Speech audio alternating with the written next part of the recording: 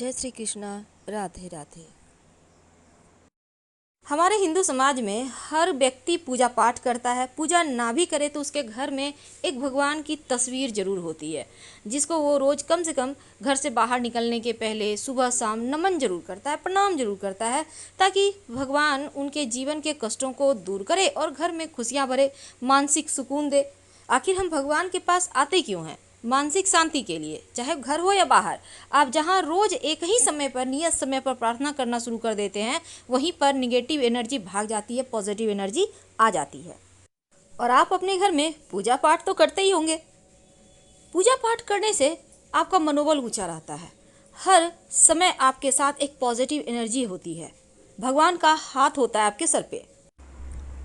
घर के एक हिस्से में भगवान के लिए स्थान जरूर बनाया जाता है, लेकिन कई बार आपके द्वारा की जा रही पूजा का फल आपको मिलता ही नहीं। तो आखिर आपकी पूजा करने में कमी है या कहीं कोई ऐसा वास्तु दोष है जो आपकी पूजा को स्वीकार होने ही नहीं दे रहा? तो घर में बने जो मंदिर है, चाहे वो आप कहीं भी पूजा करें, मंदिर यानी जहाँ भगवान का स्थान है, जहाँ पर आप दिया जलाते हैं, तो वो स्थान कैसा है और कौन सी वस्तु ऐसी है जो मंदिर में भूल कर भी नहीं रखनी चाहिए, वरना आपकी पूजा स्वीकार ही नहीं होगी। देखिए, पूजा हमेशा वास्तु की बात करें तो घर के ईशान कोण यानी उत्तर पूरब दिशा की ओर करें तो यह सर्वोत्तम माना जाता है। अगर घर में बना जो आपका मंदिर है वास्तु के विपरीत हो, मंदिर नहीं भी है, आप कहीं भी पूजा करते हैं, तो अगर आप वो सही जगह नहीं है तो मन भी आपका पूजा में नहीं लगेगा और इसका लाभ भी नहीं मिलेगा। अब ऐसे में कुछ वास्तु टिप्स जो आपके पूजा को के जो आप पूजा करते हैं जब भगवान को, तो आपकी पूजा जल्दी स्वीकार होगी। इसके लिए सबसे पहली बात तो एक भगवान की मूर्ति एक ही रखें, दो ना रखें। दूसरी, भगवान गणेश की 3 प्रतिमा, 3 मूर्ति पूरे घर में नहीं होना चाहिए। सिर्फ पूजा स्थान में नहीं बल्कि घर में होना ही नहीं चाहिए। 2 बस बहुत है। एक आप अपने घर में मूर्ति रख सकते हैं जहाँ पूजा करते हैं, और कहीं पर तस्वीर भी लगा सकते हैं। नहीं तो शुभ कार्यों में अड़चने आएंगी, बनते बनते कार्य आपके बिगड़ने लगेंगे। वास्तुशास्त्र के अनुसार घर के मंदिर में कभी भी टूटी फूटी हुई मूर्ति या तस्वीर है, बहुत पुरानी हो गई है, ऐसे तस्वीर की मूर्ति की पूजा ना करें, वरना नकारात्मकता बढ़ेगी और देवता भी नाराज होंगे। घर के जो मंदिर है, जो पूजा स्थान है, हमेशा उत्तर पूर्व दिशा में ही बनाएं। दक्षिण या दक्षिण पश्चिम दिशा अशुभ दिशा होता है। इस दिशा में पूजा पाठ आप नहीं कर सकते, नहीं तो आपको उतने फल नहीं मिलेंगे। और घर के मंदिर में 2 शंख मत रखिए। आप अब जैसे बहुत सारे घरों में होता है कि आप एक शंख स्थापित कर देते हैं, एक बजाते हैं। देखिए, जो स्थापित कर दिए वो तो ठीक है, पर बजाने वाला एक साथ ना रखें, उसे हटाकर कहीं अलग से रखें। तो घर के मंदिर में 2 शंख एक साथ नहीं रखना है। वास्तु के अनुसार मंदिर जहाँ पर आप भगवान की पूजा करते हैं आसपास शौचालय मत बनवाइए। और दूसरा, बहुत ज़्यादा बड़ी बड़ी मूर्तियाँ भी घर में नहीं रखनी चाहिए। पूजा स्थान पर अगर आप शिवलिंग रखते हैं तो अंगूठे से छोटा रखें, और पारद शिवलिंग रख लें तो आपकी पूजा भी जल्दी स्वीकार होगी। देवी देवताओं की हमेशा सॉफ्ट मुद्रा, सौम्य मुद्रा में मुस्कुराती हुई तस्वीर लगाइए। अब ये नहीं कि आपने तस्वीर लाई है, मूर्ति लाई है और भगवान का आंख ऊपर की ओर देख रहा है, नहीं, भगवान की आंखें आपको देखे, आपको आशीर्वाद दे, चेहरे पर मुस्कुराहट हो, ऐसी ही मूर्ति या तस्वीर आप ला के रखिएगा, ये आपके लिए बढ़िया होगा। उग्र देवी देवताओं की मूर्ति स्वरूप वाली तस्वीरें मत रखिएगा, वरना जीवन में मुश्किलें बढ़ जाएगी। और हनुमान जी की भी ज़रूरत से ज़्यादा बड़ा मूर्ति नहीं रखें। और जब हनुमान जी की आप मूर्ति घर में रखते हैं तो प्रयास ये करें कि हनुमान जी बैठे हुए हों, खड़े हनुमान जी की तस्वीर की पूजा मत कीजिएगा। तो पूजा करने में मन अगर एकाग्र ना हो रहा हो तो धन संपत्ति का नुकसान होने लगता है। भूल कर भी आप अपने स्टोर रूम में पूजा का स्थान मत बनाएं, और ना ही बेडरूम में आप पूजा करें। तो आप भूल कर भी पूजा की अलमारी ऐसे स्थान पर भी ना रखें जहाँ पर कबाड़ है। इन चीज़ों से आपको बचना चाहिए। अब जैसे कि आप घर में रोज़ मंदिरों में फूल चढ़ाते होंगे, तो भगवान की पूजा के फूल आप ये नहीं कि बासी पड़े हुए हैं घर के कोने में रखे हुए, ये सही नहीं है। आप उनको हटाइए, कोशिश करें कि शाम के समय ही हटा दें, क्योंकि जो सूखा हुआ पुष्प है वो परेशानी को, दरिद्रता को, गरीबी को, अकाल मृत्यु, मंगल दोष जैसी समस्याएं पैदा करता है, इसलिए उनको तुरंत हटाइए।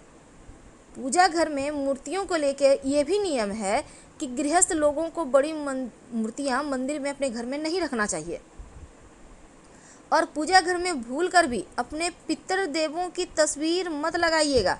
शास्त्रों में इसे भी अच्छा नहीं माना जाता, क्योंकि पूर्वजों की तस्वीरें मंदिर में लगाने से सही नहीं होता। आप अपने घर के दक्षिणी दीवार पर लगाइए ताकि पितर प्रसन्न हो, लेकिन मंदिर में मत रखिएगा। तो मंदिर में रसोई घर भी मत बनाइए, क्योंकि वास्तु के अनुसार भी ठीक नहीं है ये। और शंख को भगवान विष्णु का प्रतीक माना जाता है, इसीलिए हमेशा इसको बदलिए मत, बल्कि शंख को आप रोज़ बजाइए, सुबह 3 बार, शाम में 3 बार। अगर आप लड्डू गोपाल की पूजा करते हैं तो उनकी सेवा कीजिए, उनको रोज़ स्नान करवाइए, वस्त्र बदलिए, और कम से कम प्रतिदिन उनको 3 प्रहर में कम से कम भोग और प्रसाद जरूर उनको अर्पित कीजिए। अगर लड्डू को गोपाल को लेकर आप कहीं जा रहे हैं तो आप लेकर जाइए, उन्हें घर में बंद करके मत जाइएगा, क्योंकि उन्हें बिना भोजन कराए आप खा भी नहीं सकते। इसलिए जो व्यक्ति नियम करते हैं उनके घर में देके जाइए उन्हें। अब जैसे शिवलिंग रखिएगा तो शिवलिंग आप हमेशा ही अंगूठे से छोटा ही रखें।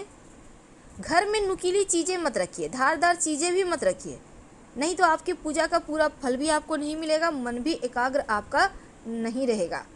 और अंत में, जब आप पूजा करते हैं तो एक निश्चित समय पर रोज किया करें, तब आपकी प्रार्थना जल्दी स्वीकार होती है। मोर पंख अपने पूजा स्थान पर जरूर रखिए। माना जाता है मोर पंख रखने से घर में सकारात्मकता आती है, और भगवान श्री कृष्ण को मोर पंख बहुत प्रिय है, तो आप भगवान श्री कृष्ण के माथे पर सजा कर रखें। मोर पंख रखने से घर में कीड़े मकोड़े वगैरह भी नहीं आते। गंगा जल, हिंदू धर्म में गंगा जल को बहुत पवित्र माना जाता है, और हर घर में पूजा स्थान पर गंगा जल भी होता है। तो मंदिर में गंगा जल रखने से माँ लक्ष्मी की विशेष कृपा होती है। लेकिन जब भी आप गंगा जल रखें तो चांदी या पीतल के बर्तन में रखें, घर में सुख शांति बनी रहती है। शंख तो आपको रखना ही है, और शंख से आप जल भी भगवान श्री हरि को अर्पित कर सकते हैं। शालिग्राम भगवान को अपने पूजा स्थान पर मत रखें, बल्कि शालिग्राम भगवान को आप अपने तुलसी जी के स्थान पर रखें, क्योंकि शालिग्राम भगवान हमेशा घर से बाहर रहते हैं तुलसी जी के पास। जीवन में आर्थिक समस्या नहीं आती जिस घर में शालिग्राम भगवान होते हैं। तो गंगा जल के साथ गौमूत्र भी है जो बहुत पवित्र होता है, और जिस घर में गौमूत्र रखा होता है देवी देवताओं का आशीर्वाद भी बरसता है। आपकी जानकारी के लिए एक छोटी सी बात प्लीज़ ध्यान रखिएगा, जब भी आप सुबह के समय दिया बाती करते हैं, सुबह जब आप दीपक जलाते हैं तो उसमें एक लौंग जरूर डालिए। आपके जीवन में ऐसी कोई भी अधूरी इच्छा नहीं रहेगी जिसे आप पूरी करना चाहते हैं और वो पूरी ना हो, क्योंकि लौंग जब आप डालते हैं तो मनोकामना पूर्ण हो जाती है। और शाम में जब दिया बाती करेंगे तब सरसों के तेल का दीपक हो या घी का, ये आप क्या जलाते हैं आपकी मर्जी है, लेकिन गुरुवार के दिन छोड़कर बाकी दिनों में आप सरसों के तेल का या तिल के तेल का दिया जला सकते हैं। कोई भी चीज़ का दीपक जलाएं, लेकिन दिया में अगर एक चुटकी पीली सरसों या काली मिर्च डाल दें, क्योंकि काली मिर्च एक दाना भी डाल देते हैं तो शत्रु शांत रहेंगे। अगर पीली सरसों डालते हैं तो अतृप्त आत्माएं आपको परेशान नहीं करेगी। यानी कई बार घरों में डर भी लगता है जैसे पीछे कोई है या आपने बुरे सपने देखे, तो ऐसा कुछ आपके घर में हो रहा है तो आप पीली सरसों डालकर शाम में दिया बाती करना शुरू कर दें, आपकी मुश्किलें समाप्त हो जाएगी। फिलहाल आपसे विदा लेते हैं। जानकारी अच्छी लगे तब लाइक कर सब्सक्राइब करें और कमेंट में हर हर महादेव जरूर लिखें। धन्यवाद।